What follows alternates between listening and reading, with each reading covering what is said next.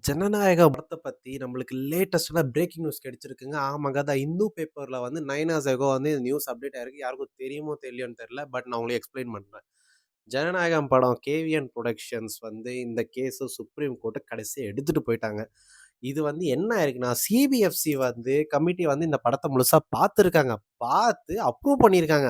சர்டிஃபிகேட்டும் குடுத்துருக்காங்க. அப்ப எப்போ குடுத்துருக்காங்கன்னா, "நீ வந்து இந்த கட்ஸ் எல்லாம் நீ பண்ணிக்கிட்டு வா. நான் அப்புறமா தரேன்னு" சொல்லி புரொடக்ஷன் ஹவுஸும் இந்த கட்ஸ பண்ணியிருக்காங்க. இதுக்கான சேஞ்சஸும் பண்ணி சப்மிட் பண்ணியிருக்காங்க ரிவ்யூக்கு. சடனா சிபிஎஃப்சி என்ன சொல்லியிருக்காங்கன்னா, சேர்மேன் வந்து இந்த படத்த வந்து நான் திரும்பி ரிவ்யூ பண்ணணும். இது பண்ற மாரி ஆயிடுச்சுன்னா, படம் திரும்பி டிலே தானே ஆகும். பொங்கலுக்கு ரிலீஸ் ஆக வேண்டிய படம். இப்ப என்ன தேதி இப்போ? 12த் ஜான் 9த் ஜான் எங்க இருக்கு? 12த் ஜான் எங்க இருக்கு?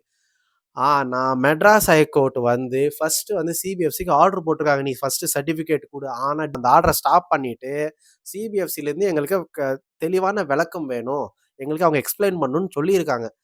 Because of this movie cannot be release as per the plan. ஆமாங்க. படம் வந்து ஜனவரி 9th சொல்லி ட்ரெய்லர்லாம் போட்டு, அனௌன்ஸ்மென்ட்லாம் போட்டு கடைசியா படம்லாம் நாங்க என்ன பண்றது? என்ன பிரச்சனை நடக்குதுன்னு தெரியல. வந்து நியூஸ் மேல நியூஸ் வந்துகிட்டே இருக்கு. மதன் கௌரி ஒரு பக்கம் சொல்றான். அவங்க ஒரு பக்கம் சொல்றான். என்னத்தான் நம்புறது? எனக்கு ஒண்ணும் புரியல.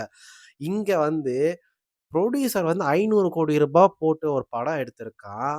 அவன் கடைசியா இந்த படத்த பத்தி ஜஸ்டிஸ் வேணும். எனக்கு ஒரு நியாயம் வேணும். இதுக்கு ஒரு ரிலீஸ் டேட் வேணும்னு சொல்லி சுப்ரீம் கோர்ட் வரைக்கும் எடுத்துட்டு போயிருக்கான். என்ன பண்றது?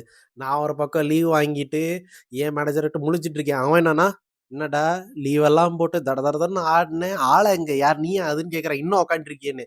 லீவ கேன்சல் பண்ணிட்டு ஆபீஸ்ல உட்காந்து படம் இப்போ வருமா? அப்போ வருமா? இப்போ வருமா? அப்போ வருமா? புக் மை ஷோலயும், வெப்சைட்லயும் 24 மணி நேரம் பார்த்துட்டு இருக்கீங்கன்னா, ரிலீஸ்ன்னு சொல்லிட்டா போதும். கொண்டாட்டம் தான் எங்களுக்கு.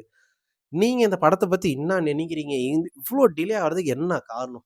கமெண்ட்ல தயவு சொல்லிட்டு போங்க. ஜனநாயகம் படம் உங்களுக்கு ரொம்ப பிடிச்சுச்சுன்னா, விஜய் அண்ணாக்கு ஒரு ஹார்ட்ட போட்டுருங்க. See you guys.